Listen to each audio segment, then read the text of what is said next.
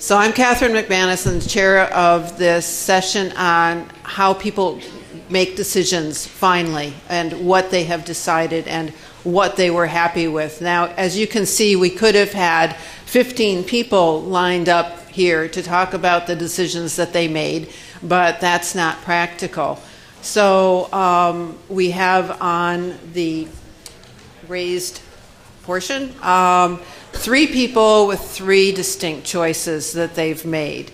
And they're here to tell you about how they made them and why they made them. So we're going to start right away. The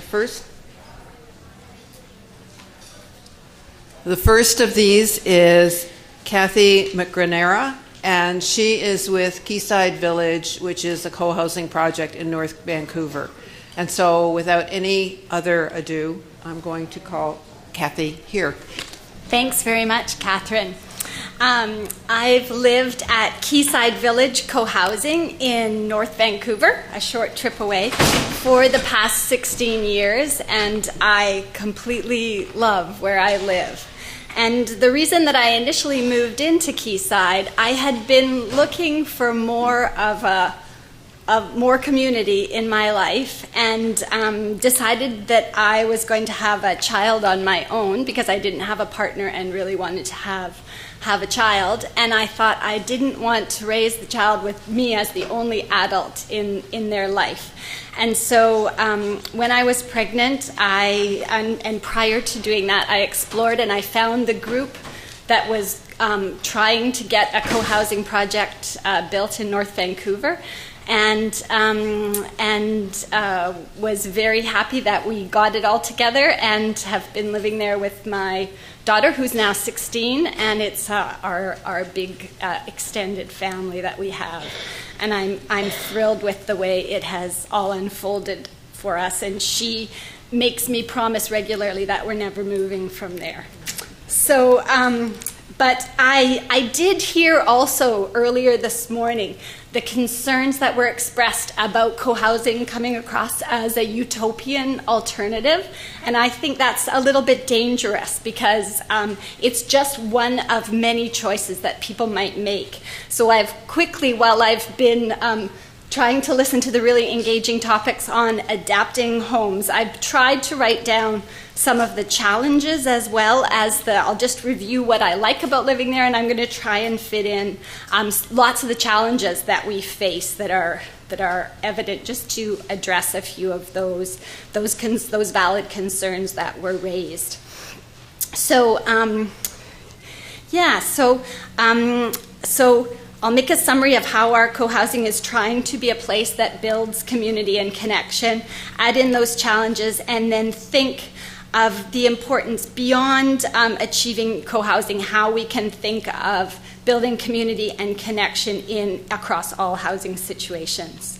So as people have heard from yesterday and last evening, the big reason that co-housing achieves community is that it's architecturally designed to encourage interaction and have a lot of spaces where people can interact, and that the future residents are the ones who design the development, so they're integral in that process and have a big stake in the unfolding of it, and that community is already built along the way before the building gets built. And that way each community, each co-housing development is different and has its own flavor depending on the residents who live there. So let's pull this up. I'm using some of the same slides that Alan Forster used yesterday that show Quayside. So this is the inner courtyard of Quayside, and it's architecturally designed with outer walkways instead of interior hallways. And this is the inner courtyard.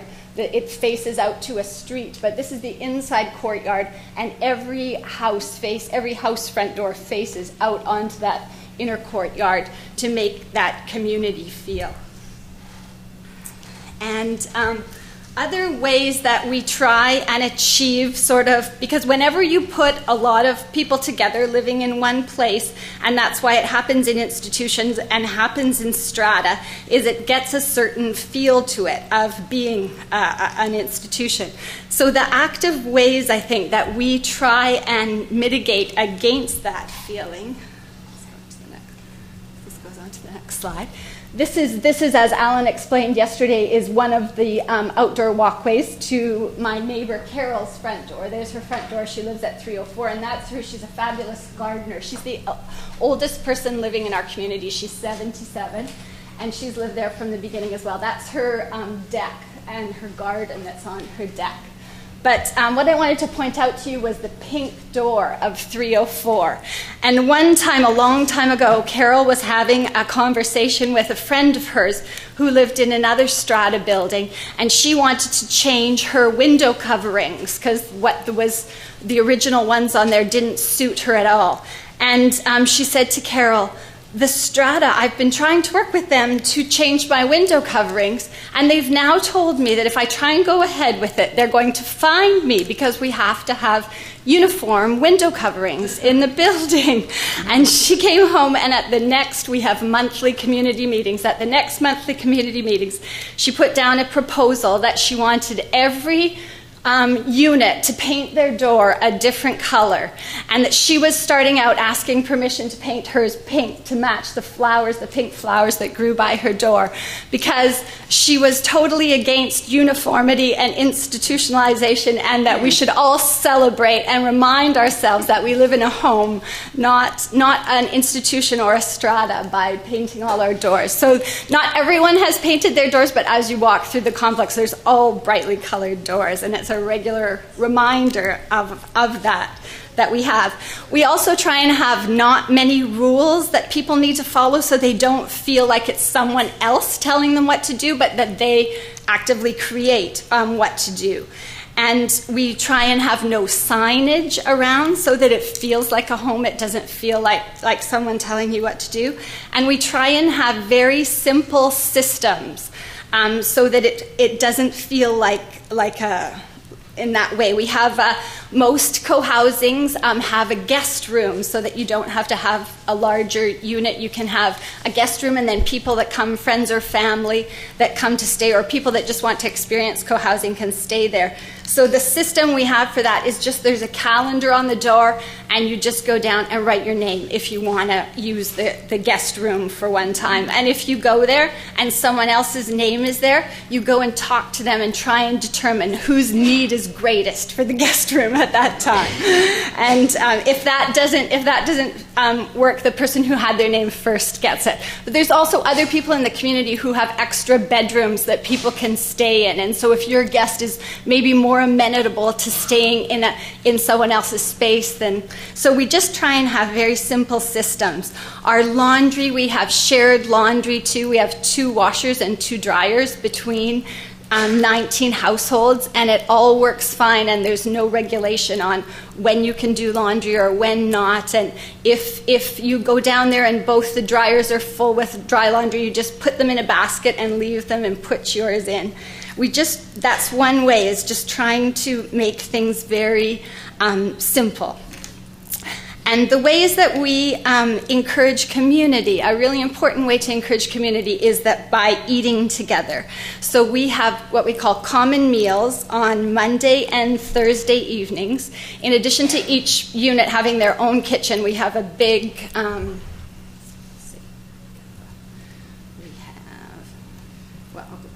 This is the island there. That's the community kitchen, and it's matched by a big... a dining room there. You'll see people. That's at a common meal. I think it was at Halloween. Some people came dressed up in costume. And we have community meals on Monday and Thursday evenings each week at 6:15. You can count on a wonderful meal being prepared for you. And we have a 6-week cycle where you need to sign up to cook, or if you don't want to cook, you can be a cleaner, or you can sign up and cook. Some people feel better cooking together with someone else. And so we have this very simple meal system that you just sign up in a book if you're coming, and the cook looks and sees how many people are coming, and they've put the menu on a few days before, and then you sign up if you're coming, and they go do the shopping and prepare a meal. And it's quite an easy system, but the event of sharing food together is one of building community glue. Chuck Durrett, who spoke last night, he's of the belief that if you don't eat together 4 or 5 nights a week, you're really only doing co-housing light. You're not really doing co-housing. But we attribute that. He lives in much more of a rural setting, and we're in semi-urban North Vancouver with movie theaters and restaurants and theater spaces and all sorts of things going on, and busy people. So we think that managing 2 nights a week just works fine for us. So we're also, communication is also a way that it's really important in building communication and connection. And we've come to a system that right in our main lobby entrance where you enter the building, which is right near all the mailboxes and right near the elevator and right near the entrance to the laundry room, is 2 big whiteboards like you'll see up there in the top left. And this has become our communication central, where anything that's happening gets put there, and you can count on every resident passing by there each day just because they've gone to get their mail or gone to the laundry. And so it's become where we communicate. We also have an email list now. In the early days, 16 years ago, we didn't, but now we do have an email list. And so, okay. And so, that is where we put all our messages that helps, that keeps communication flowing. So I'll just talk a little bit about the challenges, as I know I have to wrap up. So just around diversity, it's true that co-housing is an option that's only available to people who can afford a real estate purchase. And so we at Quayside tried to develop some affordability initiatives because we knew this. So we have 4 units there that sell at 20% below market value in perpetuity, as well as 1 affordable rental unit. It's a 2-bedroom unit that rents for $885 a month. And so that was our way to try and get some affordability in there. I would hope that through either modular housing, or there are some co-housings in Denmark that are all rentals, and I think that would be a great way for co-housing to go in the future. You can achieve some affordability that you can have smaller units because of the guest room and because of shared spaces and central laundry. You don't need such a large unit. And we also share a lot of stuff in the main, in the common kitchen.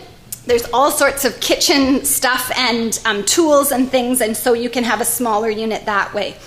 We also worked for diversity around accessibility. We worked with the city of North Van and made it as accessible as we could for wheelchairs, and our rental unit and guest bathroom are all accessible. So we were trying to make diversity there. Participation, as was mentioned, is an ongoing struggle at all co-housings. Participation rates have ebbs and flows just because people are really busy.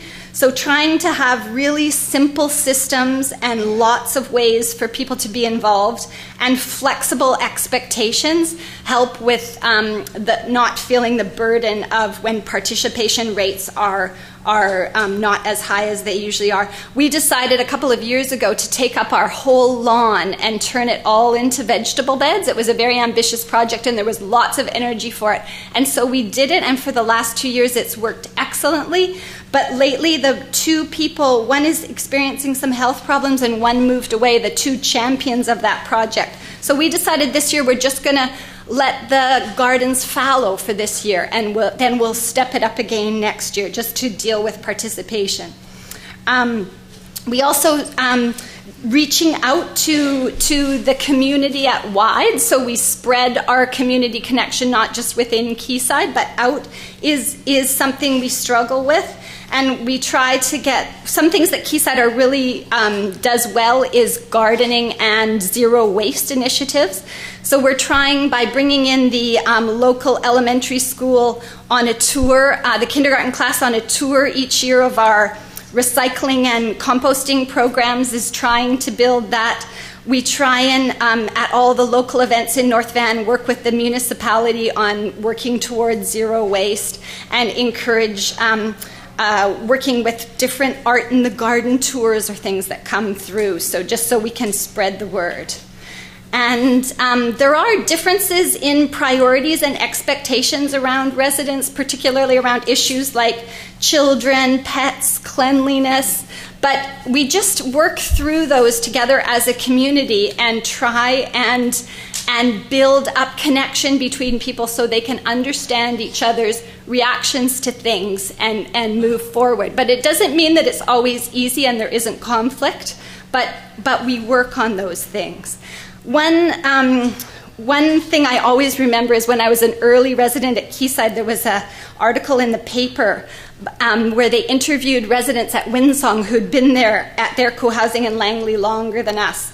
And they interviewed residents about what was their best thing about living there and the worst thing. And one of the men said, "The best thing about living here is that it takes 45 minutes to take out the compost because of the people I meet on the way and the discussions I have.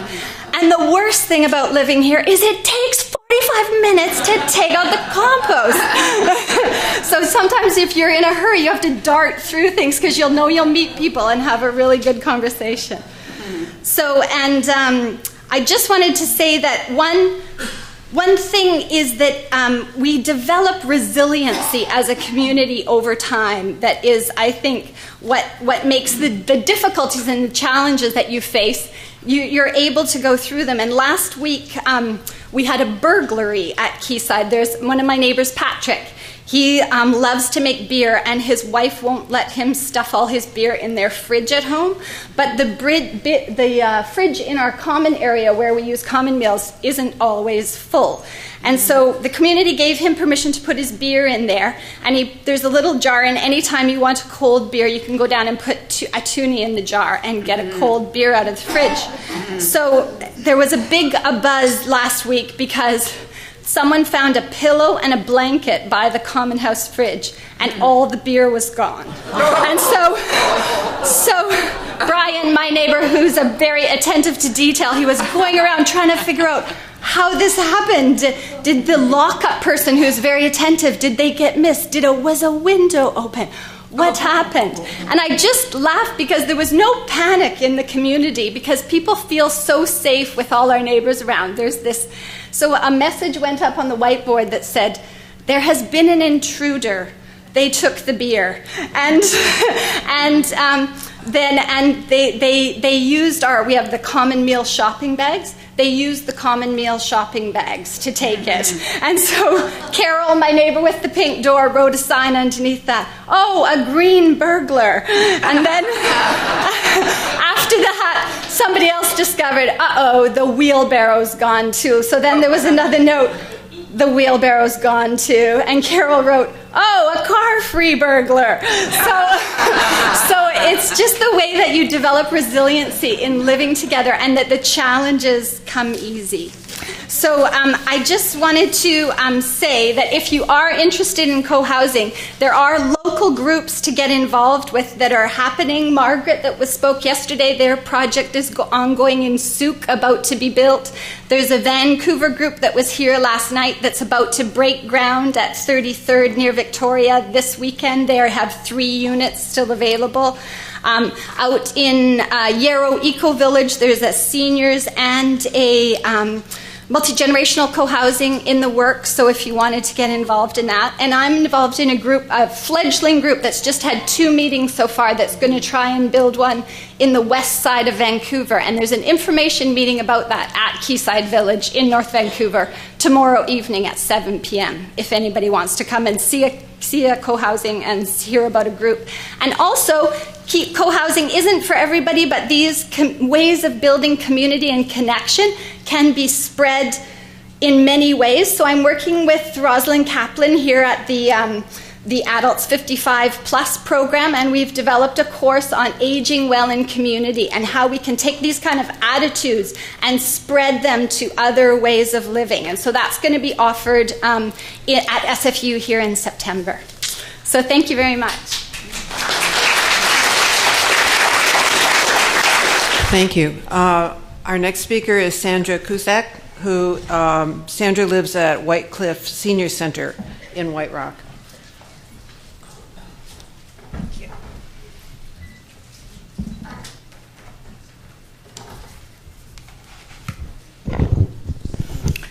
Thank you, and welcome distinguished guests, particularly Gloria, who was my first director. And welcome to friends, and especially 7 members of my Whitecliff family who are here with me. And I'm so happy they are. This is,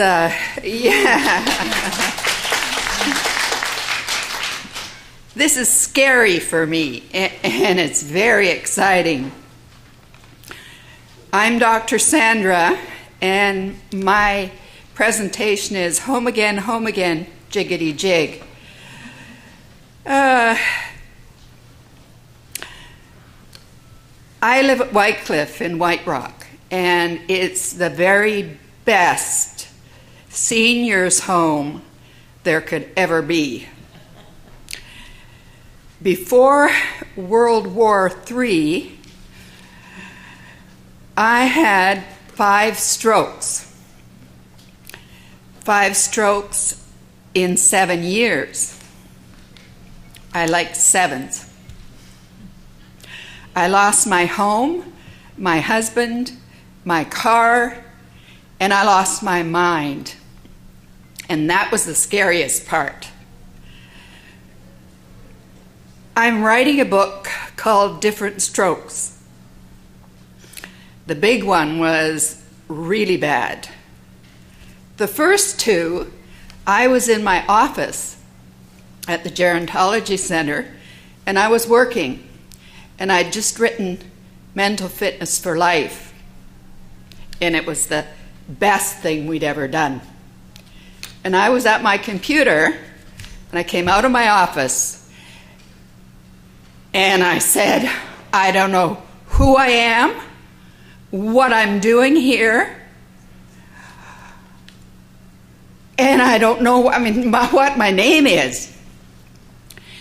And Ray, the librarian, was there, and he went to Gloria, and he said, something's happened to Sandra. And the next thing I knew, I was in the movie ER at VGH in the Emerge. And it was exactly like the movie. And I hope you've watched it. It took 12 hours of talking and testing. And they finally said, I got the answers right, I can go home. So the next day, I was back at work, 11 o'clock in the morning, the 11th hour. For the second time, exactly the same thing happened.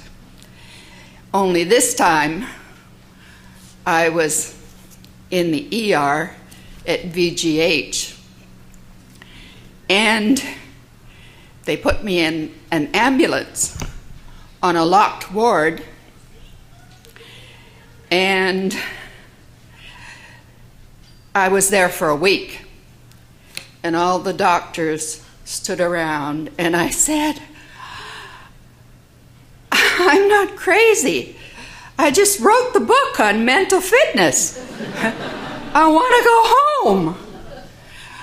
And there was the screamer in the quiet room, in the padded cell. There were people walking around. Nobody looked at anybody. Eating off cardboard plates.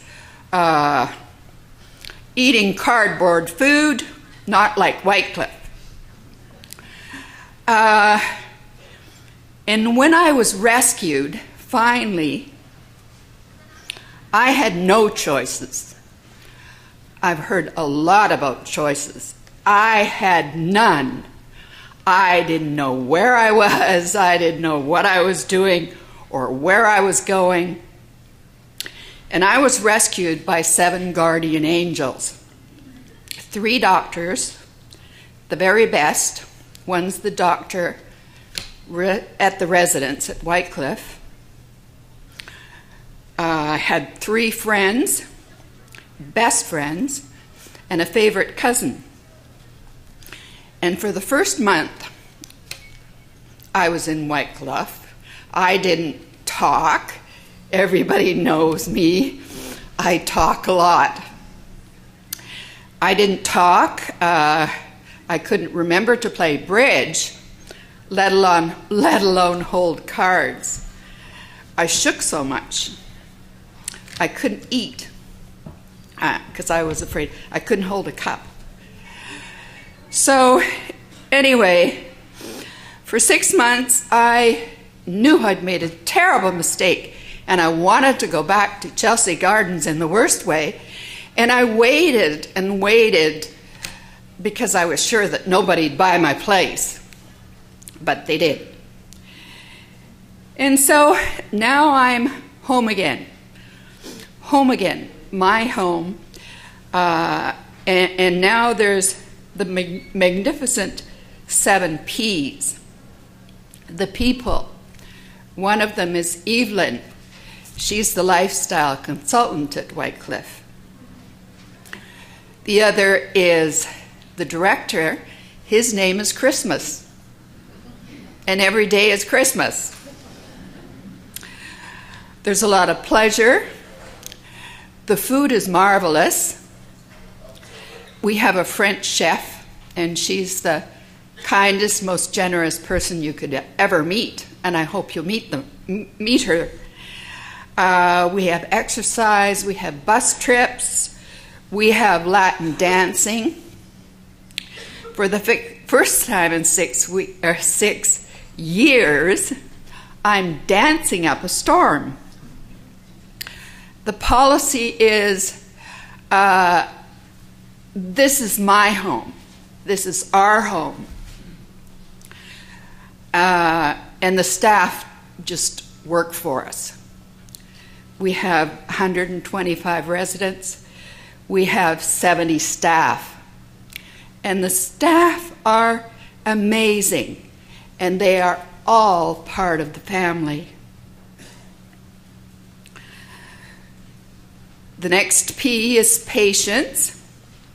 Patience and patience. There's lots of patience. A lot of people need help. There's a care section and an assisted living section. And it's you can get whatever you need. So if for instance, our president of the Residents' Council, and 3 of them are here today, 4, including myself, and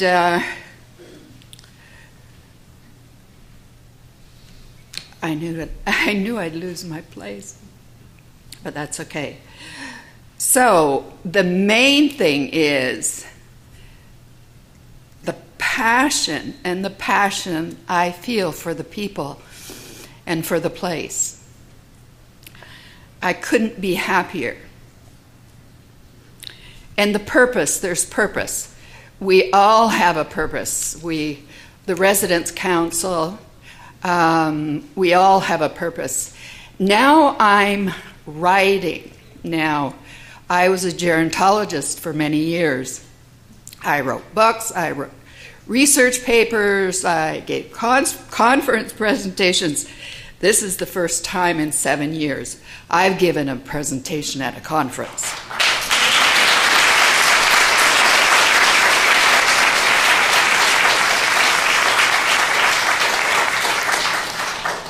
So I always say, and my friends know, every day is a new experience. Every day is a chance to meet someone new. Every day is a chance to serve others, to express my gratitude. I'm grateful. Now, I have a butterfly tattoo on my shoulder, and it stands for freedom and transformation. And now I can do anything. I can go anywhere. I just booked a cruise by myself to Alaska. And I want to invite you all to come as my guest at Whitecliff.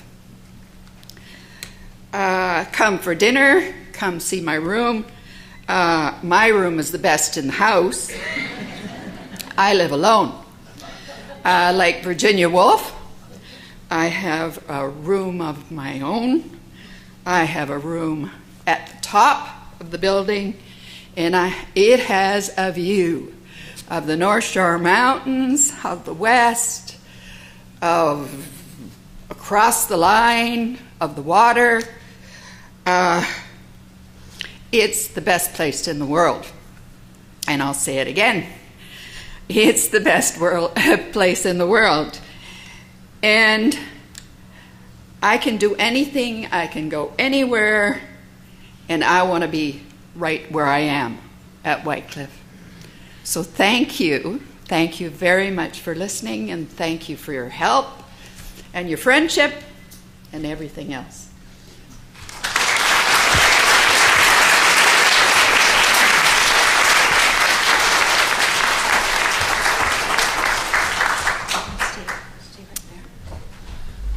That was wonderful. And so last we have Jill Hightower.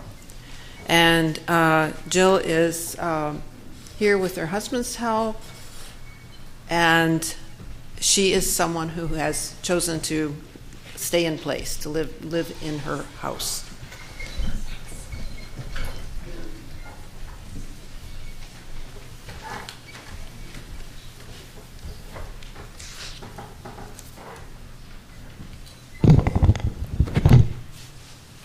Thank you very much. I hope you can hear me okay. Henry is here with me to help with the computer. I was born with one arm didn't work, but now I have two arms that don't work. But, having a husband is very good because he can help with all these things. Yesterday I left feeling, a strange feeling like, well, we've decided to stay in our own house. Maybe we've done something wrong. But then I shook myself and said, no, we all choose something different. So there's one of the reasons. Older people, we're all diverse, and we all have different things in our life, different ways of living, and different choices. And sometimes I get a little peaked because I think when you get old, we all get sort of shoved into this group, and we lose our gender identification, and all of a sudden we're talked about the seniors or the elderly. And we're not. Like everybody else, we're different. So I had to get that off my chest.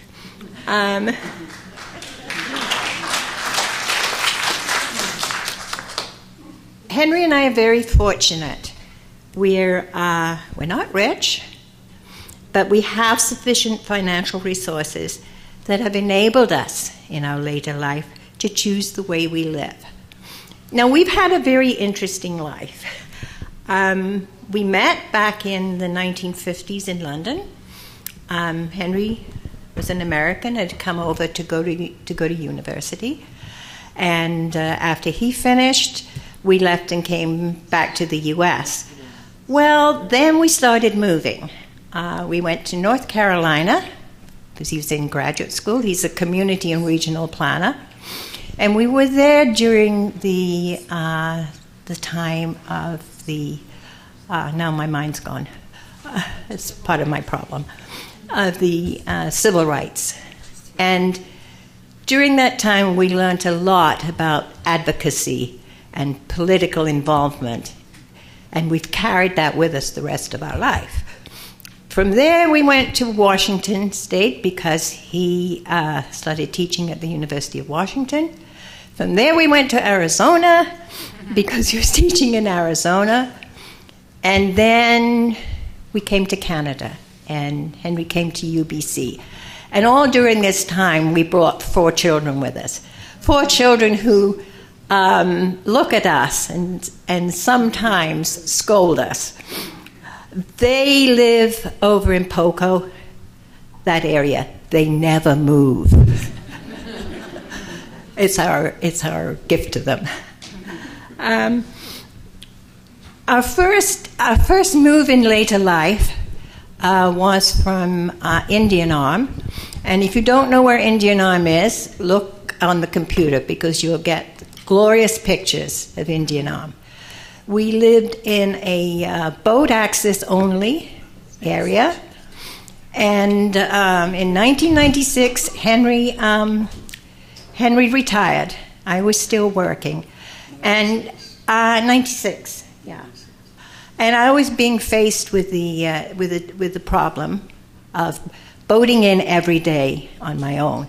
Now, it's not a problem in the spring and summer. It's a problem in the winter because you have fog, outflow winds, snow, and rain. So we decided maybe we better live somewhere where there's a road. So we decided on the Sunshine Coast because there were many aspects of the Sunshine Coast that were similar to being on Indian Arm. So we came to the Sunshine Coast. Now, back then, Henry was, he was 65, and I was a little younger, not much. You know, we never thought about really growing old. We found a house up in Secret Cove, a multi-level house, lots of stairs. Now, if you can see anything of that, you'll see 2 Basset hounds, Morgan and Evan, and stairs. We had lots of stairs. Well, in 2006, I had a stroke, and another stroke, and it was difficult. The stairs were difficult, and not only that, we really couldn't find anybody who would like to be willing to come in and clean our house. They said, "You've got stairs." So we came to the conclusion that we really needed to move. The house was too big, so we had to move. So when we skipped the Bassets, this is one of the primary reasons we had moved where we did. We still have them. And if you like Basset hounds, I don't necessarily recommend them for family pets. They're wonderful, they're loving, they're stubborn, and sometimes hard. We moved to Wilson Creek, and you will see this lovely map, but the Google marking is wrong. That's not our house. Down in the left-hand corner, there is a house with a little garage on the side. That's our house. It's a great community because we have a shopping center quite close to us that has delivery service. The grocery shop delivers. The pharmacy will deliver. We have a doctor's office. If you want to make beer or wine, you can make beer and wine. And so it's fairly close to us. So it's quite. Oh, it does. It also has the best coffee shop on the Sunshine Coast. It's a great community place. We meet lots of our neighbors and friends there. So the one thing that we recognized, I guess, when we were in Secret Coast, that we had a hospital, which is actually a very good thing, considering I had the stroke. One of the things that has happened to me is that after having a seizure, that I've been left with having intermittent seizures. Now, my neurologist has told me that's not unusual in old age. It's not terribly bad. It was difficult in the first couple of years, but I managed them. And with Henry's help, I managed them. And so my life is really pretty normal. Things go on. I'm on medication, but finally, after quite a few years, the medication works. So anyway, we moved to a very, very small house. It's about, 1,400? 1,200 square feet. So we had to downsize. Downsizing, as many of you know, is a big thing when you're old. What do you leave? What do you give to children? We have 4 adult children. And for me, many of the things that we had were things that had been given to me by my mother and my grandmother. They were furniture and things that had been shipped over from Britain, and at one point shipped back when my mother came to live with us because she didn't like it and she wanted to go back to England, so she took some of her furniture with her. But we got it back again. But those were the things that when people talk about things, there are things that you have that are very, very difficult to part with. So we've sort of had our children sort of identify things that they would like, and so that's all taken care of. But we do have a garage that's a little full of boxes. Now, we have in the house, it's an open plan in the house. Do that. Oh, that's our wonderful rhododendron bush. And again, our yard. We have a fairly large yard, which we do have somebody who comes in and takes care of it for us. And that's the front of ours. You see, it's a very little house. We also have a car that's very old because we figure at our time of life we shouldn't need to buy another car. Henry is still driving and is competent and passes the tests he gets from our family doctor. And we do know at some point that he may not be able to drive. His license may be taken away. He's 83 now, but managing to pass it. So we're hoping that goes on for a long time. You can see the little corner of the garage and then also the house. And it's open plan. That's the sort of view basically from our kitchen area to the little tiny living area that we have. And we've got lots of windows, so we will look out on our front yard through that. This is a view into our back area from our dining room, and we've got lots of trees. The person who owned the property before it was divided was an arborist. And he planted the most beautiful, beautiful trees. And we have the benefit of these lovely trees, and we're very lucky. That's again looking out. This is from our kitchen. Going through to the back of the house, we have a master bedroom. A second bedroom, which we've turned into a den, because when grandchildren come up, particularly teenage grandchildren, they want to watch a lot of television. or they're all playing with their gadgets. It's really nice that they can go off and be on their own a little bit, and we can be in a quiet area.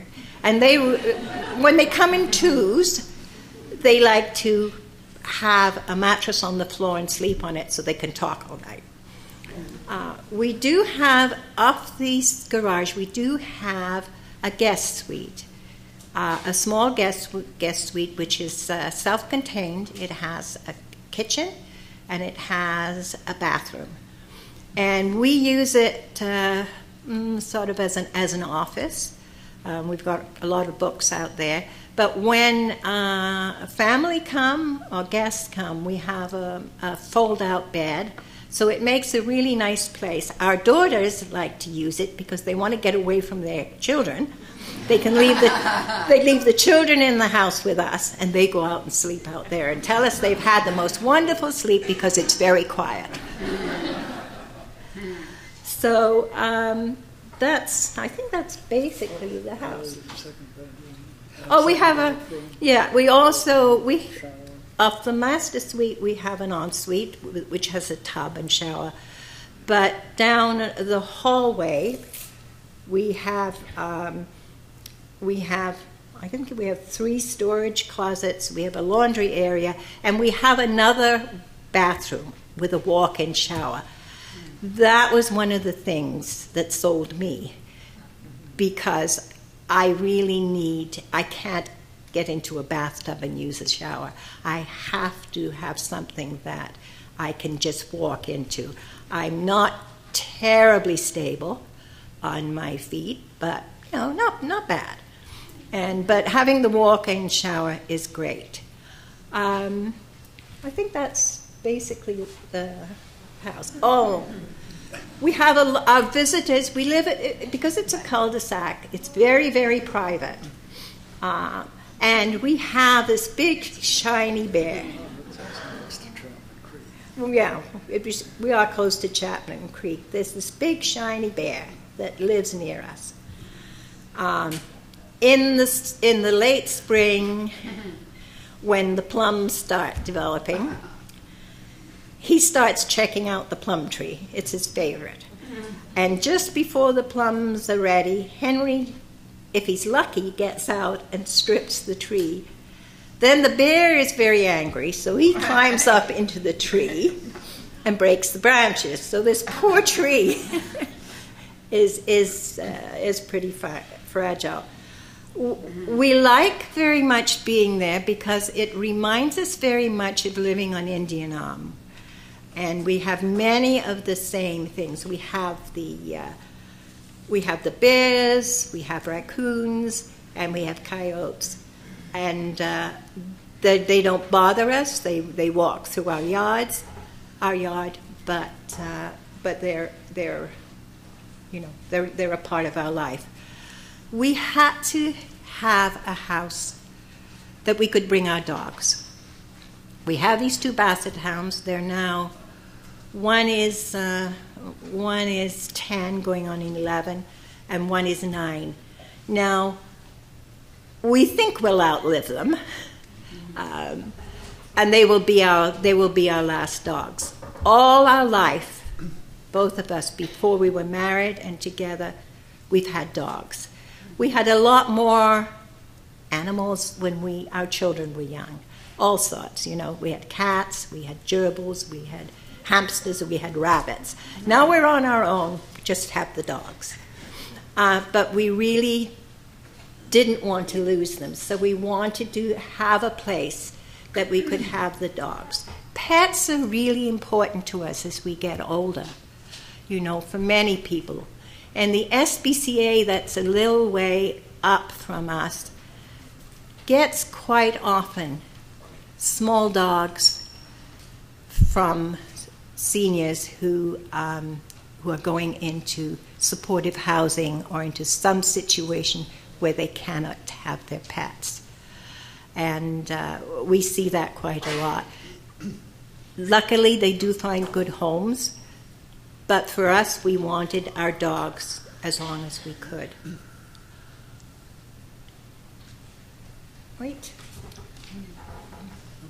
Yeah. If I can just add one comment. Yes. Andrew Sherlock, who spoke, the Berkeley prof who spoke earlier, the first speaker this morning, said something about people being afraid to move because they have friends, people they know, places they know, and so on, around where they live now. You know, they may not like their house, but they're known there. Well, in our experience, and obviously we've had the self-confidence to see what seemed like an opportunity and move and take it. In our experience, we have always found friends, contacts, all of those things that we value and more after the move. And the last move brought us back, in a sense, closer to nature, because the Chapman Creek Ravine, which is just on the right-hand side of our house, goes down to the biggest river on the Sunshine, one of the biggest rivers on the Sunshine Coast, the biggest river in the urban developed area of the Sunshine Coast, which runs from the altitude down to the salt chuck. It's a bear, raccoon, etc. superhighway. They all come by and visit. And so this is the new thing in our life that we discovered in this home. Thank you.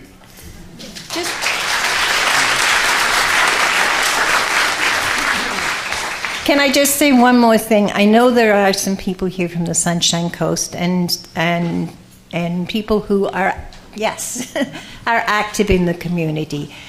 And there are many, many older people on the coast who are incredibly active in terms around seniors issues and around issues of housing and all sorts of things. Older people volunteer, and there are lots of volunteers on the coast. And we are politically active, and we're active around social policies, and we continue to do that. And many, many of the older people we know also continue to do that. So that's being a big part of our community life.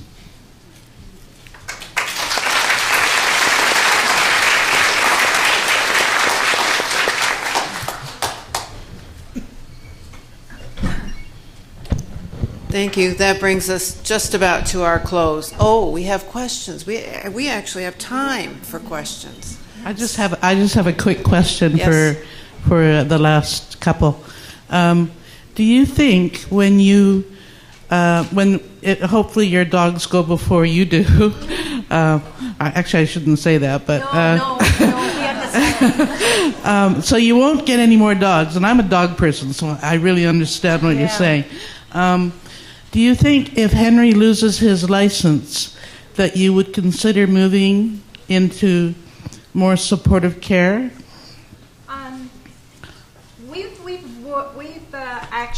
We've thought about this, and we sort of have a little savings thing going. We figured that if he can't drive, we don't need a car. We won't be buying gasoline anymore, and we won't have car insurance. So we're hoping that in some way will help us if we need cabs. We have a lot of friends, some who live close to us, who already are extremely generous to me because I no longer drive. And we will certainly stay and see how it works. We have children who call us constantly from the mainland. Mom, what are you doing? I don't know what they think we're doing. Mom, what are you doing? And they come up, and we have one daughter who will climb on the roof and say, your gutters need cleaning. And they're really, really helpful. I don't know, Henry. I think we would like to stay there as long as we can, but we have to be realistic. Okay, you are wonderful. All of you are wonderful in this room. I'm a politician. This is an election year, people. This is an election year on a federal basis next year. We all know we're in crisis with our homes and supporting our seniors so that we can live and have our loved ones. And you guess what, guys? It's not long and we're there too, if not tomorrow. All it takes is a stroke, as our dear Sandra said. I'm disabled. I was disabled 10 years ago. It can happen, guys. But what's really annoying me, and I need your help and every bloody politician in this province, you need to hold their feet to the fire. I can tell you, with BC Housing, you know that little thing that's set up there that they won't support furnaces or fixing a roof? Can you imagine if this lovely couple were in a situation where their roof needed to be fixed, and as 20 grand? And they were turned down, and they were forced to leave their home over 20 grand. That's taxpayer money that belongs to us. That money that goes to the feds with CMHC, and then it transfers over to British Columbia. That's our money. And damn it, I want it to be restored. Rich Coleman took it away from us, and I want it back. And Rich has sure as hell heard from me. But the bottom line is, I need your help, people. Write your letters to your municipality, to your regional districts, to your MLAs, to MP Moore, who made the handshake with Rich Coleman, and then Rich Coleman made the decision of what British Columbia's people need. Well, I tell you what our disabled, our seniors, what we need is we need to have that piece put back in. So if people need to have a new roof so they can stay in their bloody home and keep living with their dogs and whatnot, or a new furnace, darn it, I want you guys to have it, and I need your help to get that money back, okay? Thank you. You're all wonderful. All of you. If I could add a comment on this. We have a great MLA on the Sunshine Coast. Jill and I both know him, Nicholas Simons. He's NDP. He's a former social worker. Last job was working for the Sechelt Band. My poster at the back of the room suggests some policy changes that are needed, I believe. We're making it, Jill and I. Our pension, both our pensions, don't go anything like as far as we thought they would. After 18 years of inflation and administration fees and other bank charges, not a lot left. But we are far, far better off than people below the median income, and, well, from there down to the homeless.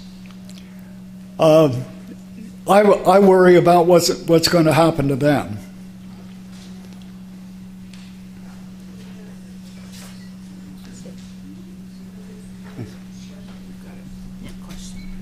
There's a question at the back. Hi there. My name is Andrea, and I'm part of the Gerontology program here at SFU. And I just wanted to thank our department and all of you for putting this on. I've been involved in seniors housing and seniors transportation issues for about the last 6, 7 odd years. And I've learned more today than I have in all these years of these concepts that we've never heard of in the West Side, where I live. The ideas of cohousing, the Life-lease, even all the home adaptions that the gentleman showed earlier is very exciting. And I think I would love to say that you need to take this concept on a road show, because I can tell you that most of the seniors where I live, if us as the board members of our community have not heard of these things, the seniors that live in our community have not heard of these things. And if there's a way to package this up and take it around, I don't have the answers, but I feel it's really needed. This city needs options, a lot of them. We all know houses are becoming more and more unaffordable. And I look at things as an adult child of aging parents, and the idea of doing intergenerational things is so very important. Community engagement is so very important. And I don't know, I'd like to see some architectural students and some city planners and social planners, and let's put these ideas and people in a room and say, how can we make this happen in Vancouver? I think it's been said over and over again that majority of seniors own their own homes, but there really isn't many options. So how can we make these flexible adaptations? The other thing is, as many of you may or may not know, young families can no longer afford to live in this city and are moving farther and farther away. This is something that concerns me. I am fortunate, and I find out more and more that I am married to a Vancouverite, which a true blue Vancouverite, there is not very many in the city anymore. However, those of us that are married to Vancouverites tend not to leave the neighborhood if they can. They may move away to go to school or move downtown, but when they start to have children, want to move back to where they grew up, closer to their parents. And this is changing now. My husband and I are lucky that we bought into my husband's old neighborhood a decade ago and started having kids. But the boomers today, I don't think their children have that possibility anymore.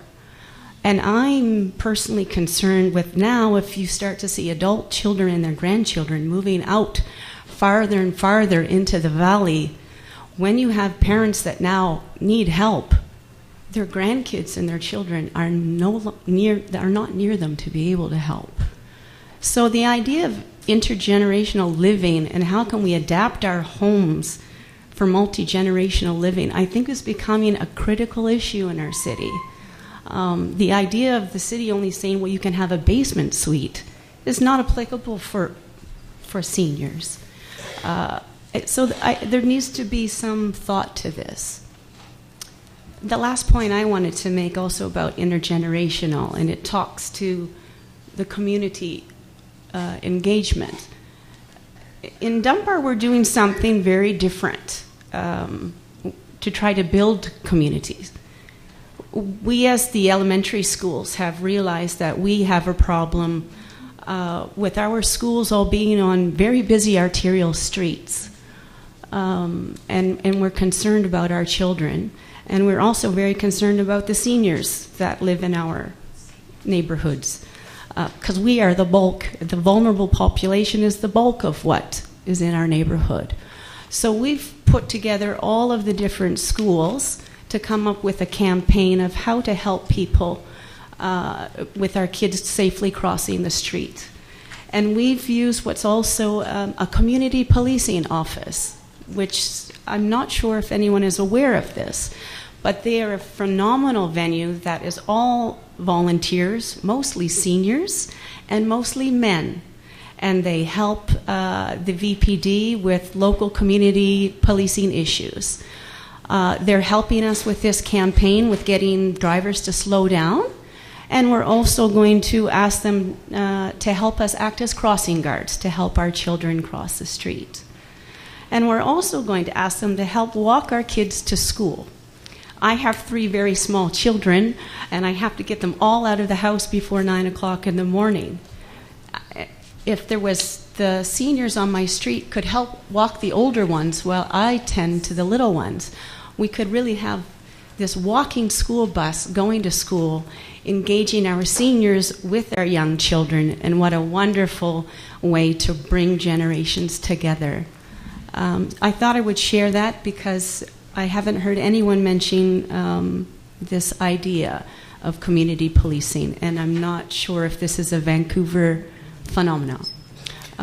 Anyways, I'm just very happy with this program. I see lots of projects that I can do in the next year, and encourage us to continue on this path of how to keep coming up with more solutions to make it a reality. Thanks. Thanks very much for your comments. One of the things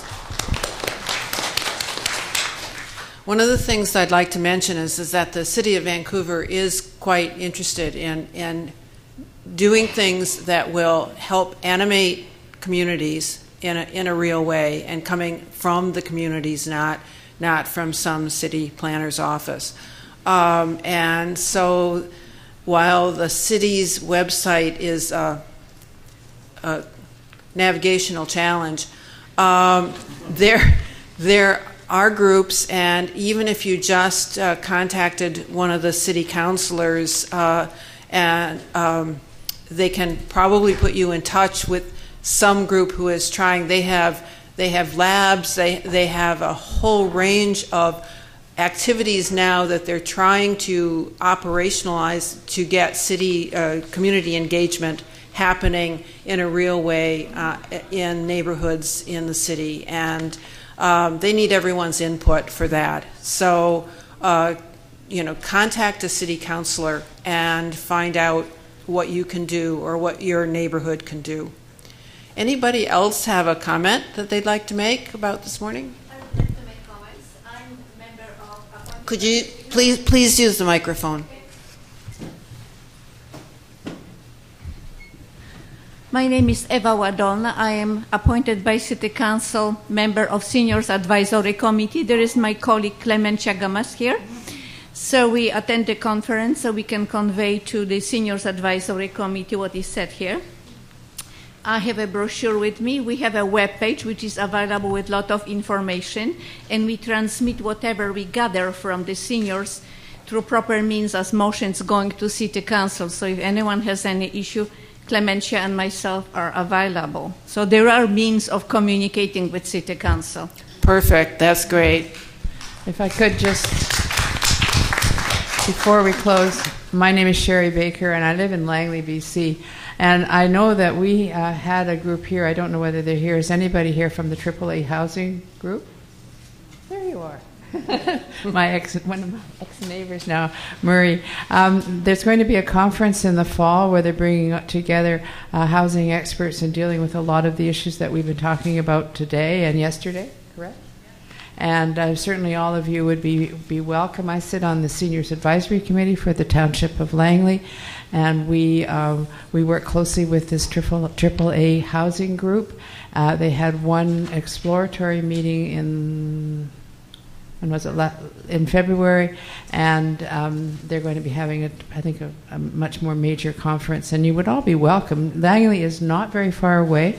We have the new bridge, and it only takes about 30 minutes from here to get there, so don't be shy about coming across the Fraser River. It's quite nice on the other side, and we would be really welcome. You'd all be welcome. You can contact me through the community response networks, which one I'm heavily involved with. So thank you. I just wanted to share that. Thank you. Yes. Hi, I just have one quick thing to say. I just wanted to mention that at the PAL building that was talked about yesterday, there's an art opening tonight, and it was what are your thoughts and feelings about aging and the well-being of seniors in our community? So it kind of fits in with all of this. It's going on for the next week for anyone who would like to go. Kathleen? Great. Kathleen, can I just say one thing? Sure. Okay. I just, something that I've got, I wanted to suggest that if you have time, that you go on the Elder Law Institute website. There is a research project that is being completed on talking to older women in the Lower Mainland, and it's really worthwhile because to hear from older women about all sorts of things, including housing, poverty, and a lot of immigrant women who have come in, and it's really worth reading because I think there are a lot of things there that very often we don't think about. Okay. One last comment. Oh, thank you. I'm Barb Mikulek with COSCO, Council of Senior Citizens Organizations in BC, and we have a lot of senior workshops. These are wellness workshops. They are on a lot of housing and health and transit issues, and we're very interested in going throughout the province. This workshop has been most interesting. Thank you.